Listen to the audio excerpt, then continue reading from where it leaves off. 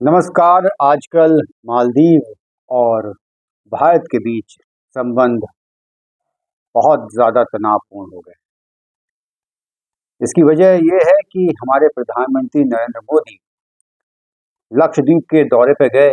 वहाँ जाकर उन्होंने कुछ तस्वीरें सोशल मीडिया पर साझा की, जिसके खिलाफ मालदीव के 3 मंत्रियों ने बेहद नकारात्मक और अपमानजनक टिप्पणियां की। उन्होंने न केवल प्रधानमंत्री के खिलाफ बयानबाजी की, बल्कि जो भारत की टूरिज्म इंडस्ट्री है उसके खिलाफ भी नेगेटिव कमेंट्स किए। हालांकि मालदीव ने अपने इन तीनों ही मंत्रियों को निलंबित कर दिया है।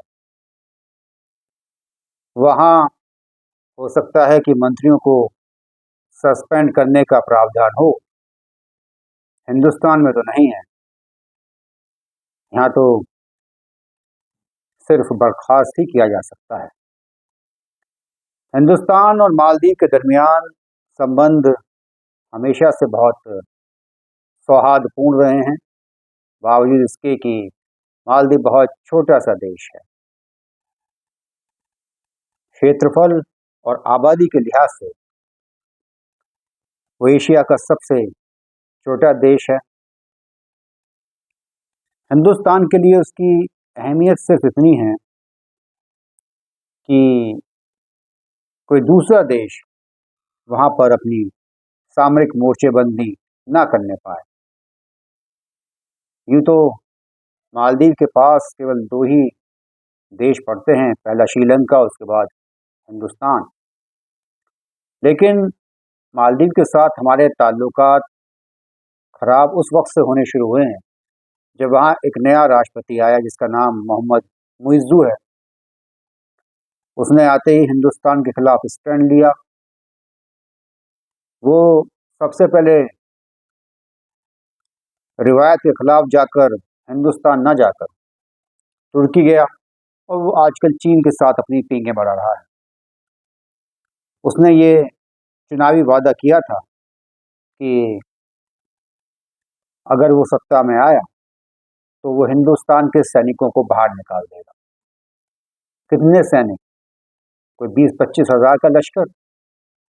महज 75-77 सैनिक वहाँ मौजूद हैं, और वो भी वहाँ के सैन्य बलों को प्रशिक्षण देने के लिए। और हिंदुस्तान ने जो खैरात दी है मालदीव को, हेलीकॉप्टर्स, एयरक्राफ्ट, उनको उनके संचालन के लिए वहाँ पर मौजूद है। इससे पहले हमेशा से जो मालदीव में लीडरशिप रही है वो हिंदुस्तान की हिमायत में ही रही है। मुइज़्ज़ू ने हिंदुस्तान के समर्थक मोहम्मद इब्राहिम साली को हराकर चुनाव जीता, और मुइज़्ज़ू ने नारा दिया इंडिया आउट का, और जिसके सहारे वो चुनाव जीत गया। तो बात अलग है कि हिंदुस्तान ने मालदीव में अरबों रुपये खर्च किए हैं, और वहाँ के जिन लोगों ने, बहुत छोटा सा मुल्क है, और जितनी वोट साली को मिली उससे महज 20,000 से ज़्यादा वोट मुइज़्ज़ू को मिली। लेकिन वहाँ के लोगों ने हिंदुस्तान मुखालिफ उम्मीदवार को तरजीह दी।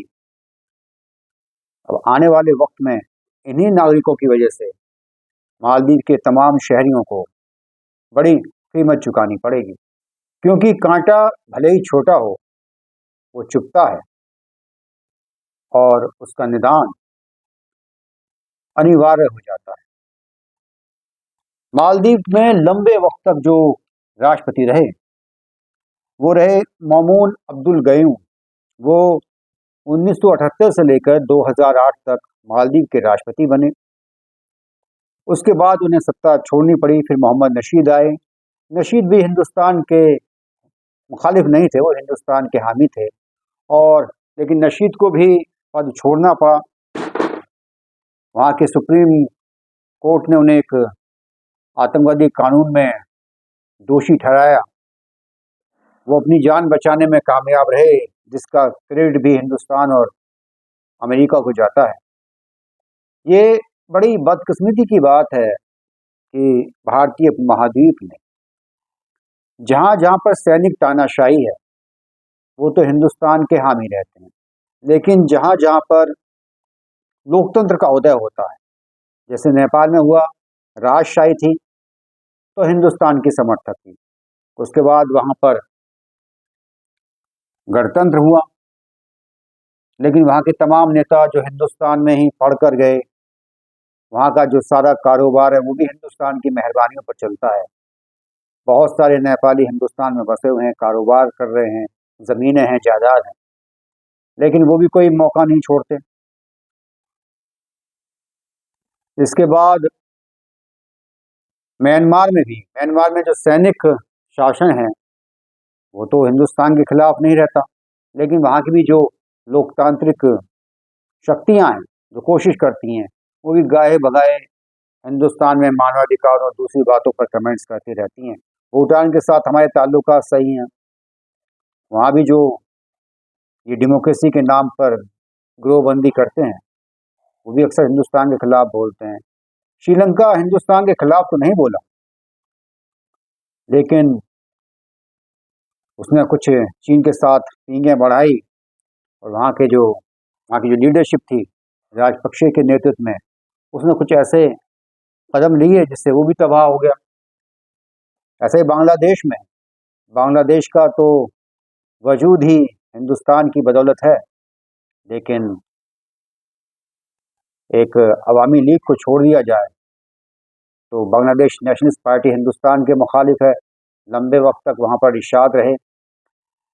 और इसके अलावा पाकिस्तान की तो बात करनी बेकार है। पाकिस्तान में भी ये होता है कि जब जब कोई लोकतांत्रिक सरकार आती है चुनकर, तो उसके नेताओं का जो रुख होता है वो ज़्यादातर हिंदुस्तान के खिलाफ ही होता है।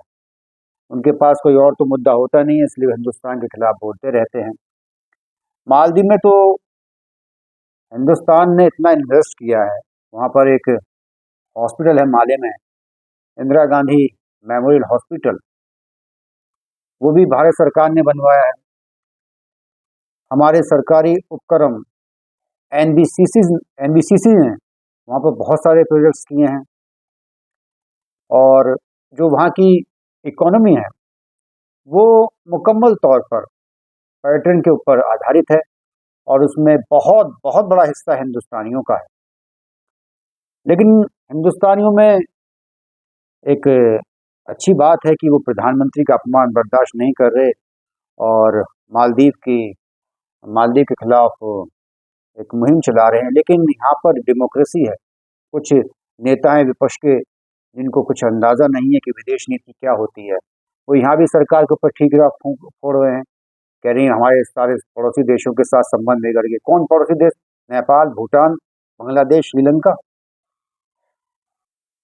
इनके साथ क्या संबंध बिगड़ गए?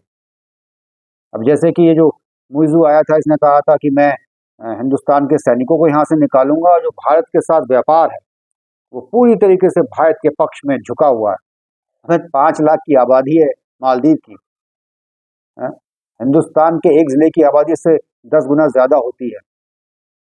वो भी डायलॉगबाजी कर रहा है कि मैं ये करूँगा वो करूँगा। सही बात तो ये है कि ये तमाम छोटे छोटे देश हैं हिंदुस्तान के आसपास, ये हिंदुस्तान के खिलाफ जाते हैं तो उसको चीन की शय होती है, लेकिन ये नहीं जानते कि चीन जो है वो इन्हें साबुत सटक जाएगा। हिंदुस्तान के साथ आपका अलग तरह का रिश्ता है। बहुत सारे सर्वे हैं, बहुत सारी रिपोर्ट्स हैं कि आने वाले 50, 60, 70 साल में तमाम जो द्वीप है इस मालदीव में वो जल में समा जाएंगे। जैसे समुद्र का जल स्तर बढ़ा, ये जल में समा जाएंगे। और ये जो वक्त है 50, 60, 70 साल, ये पहले भी हो सकता है बाद में हो, और एक सुनामी आ गई बड़ी सी तो आपका सारा अस्तित्व समाप्त। फिर आप कहाँ जाएंगे? चीन, हिंदुस्तान ही आएंगे। और कहाँ है आपके लिए मरने के लिए जगह? 1988 में महज 80-100 सैनिकों के बल पर मालदीव हारने वाला था। कुछ उनमें श्रीलंका के सेपरेटिस्ट थे और एक उद्योगपति था। उसने इस बगावत को रचा, इस विद्रोह को रचा। हालांकि वहाँ के नेशनल गार्ड्स ने भी अच्छी भूमिका निभाई और उनको पहले ही भगा दिया, लेकिन फिर हिंदुस्तान से वहाँ पे फौजी गए और उन्होंने तमाम लोगों को पकड़ा और उसको इस ऑपरेशन कैक्टस के जरिए मालदीव पर आए संकट को निपटाया। मालदीव के सामने कई मरतबा पीने के पानी का संकट खड़ा हो गया है। 2014 में उसका एक मात्र जो वाटर ट्रीटमेंट प्लांट था उसने काम करना बंद कर दिया। फिर कौन काम आया? फिर हिंदुस्तान काम आया। कोरोना के दौरान भी हिंदुस्तान ने पूरी मदद की मालदीव की। मालदीव से बहुत सारे लोग इलाज कराने हिंदुस्तान आते हैं। ये बात सही है कि मालदीव के शहरियों में जो अक्सरियत है वो हिंदुस्तान के हिमायतियों की है, लेकिन जो ऐसे लोग हैं, मोहम्मद मुइज़्ज़ू जैसे लोग हैं, इनकी वजह से सभी लोगों को कीमत चुकानी पड़ती है। एक नेता के चक्कर में कोई देश बहुत ऊंचा भी उठ जाता है और उसकी वजह से उसे बहुत बड़ा मूल्य भी चुकाना पड़ता है। इराक तबाह हो गया सद्दाम हुसैन की वजह से, लीबिया तबाह हो गया गद्दाफी की वजह से, अफगानिस्तान को तालिबानी ले डूबे। खैर वो दोबारा आए हैं, लेकिन वहाँ उनका मिजाज बदल गया है। वो पाकिस्तान के नहीं, हिंदुस्तान के हामी हैं। वहाँ तुर्की का राष्ट्रपति है, वो भी एक दिन तुर्की को ले डूबेगा। मालदीव छोटा सा देश है, खूबसूरत देश है, और ये बेहतर होगा कि वो हिंदुस्तान के साथ अपने ताल्लुकात सही रखे और कहीं ना कहीं तमाम मुखालफत के बावजूद, तमाम हिंदुस्तान विरोधी मानसिकता के बावजूद भी आखिरकार वहाँ के राष्ट्रपति ने उन तीनों मंत्रियों को सस्पेंड किया ना, जिन्होंने प्रधानमंत्री मोदी के खिलाफ टिप्पणियां की। बहुत बेहतर होगा कि जो मालदीव के नागरिक हैं वो जल्द से जल्द अपने इस राष्ट्रपति, जिसका बड़ा अजीब सा नाम है मुइज़्ज़ू, उसे चलता करें और हिंदुस्तान के साथ बहुत पुराने ताल्लुकात हैं, बहुत प्रेमपूर्ण संबंध हैं, उनको कायम रखें, क्योंकि हिंदुस्तान के साथ ही उसका सह अस्तित्व रह सकता है। नमस्कार, जय हिंद।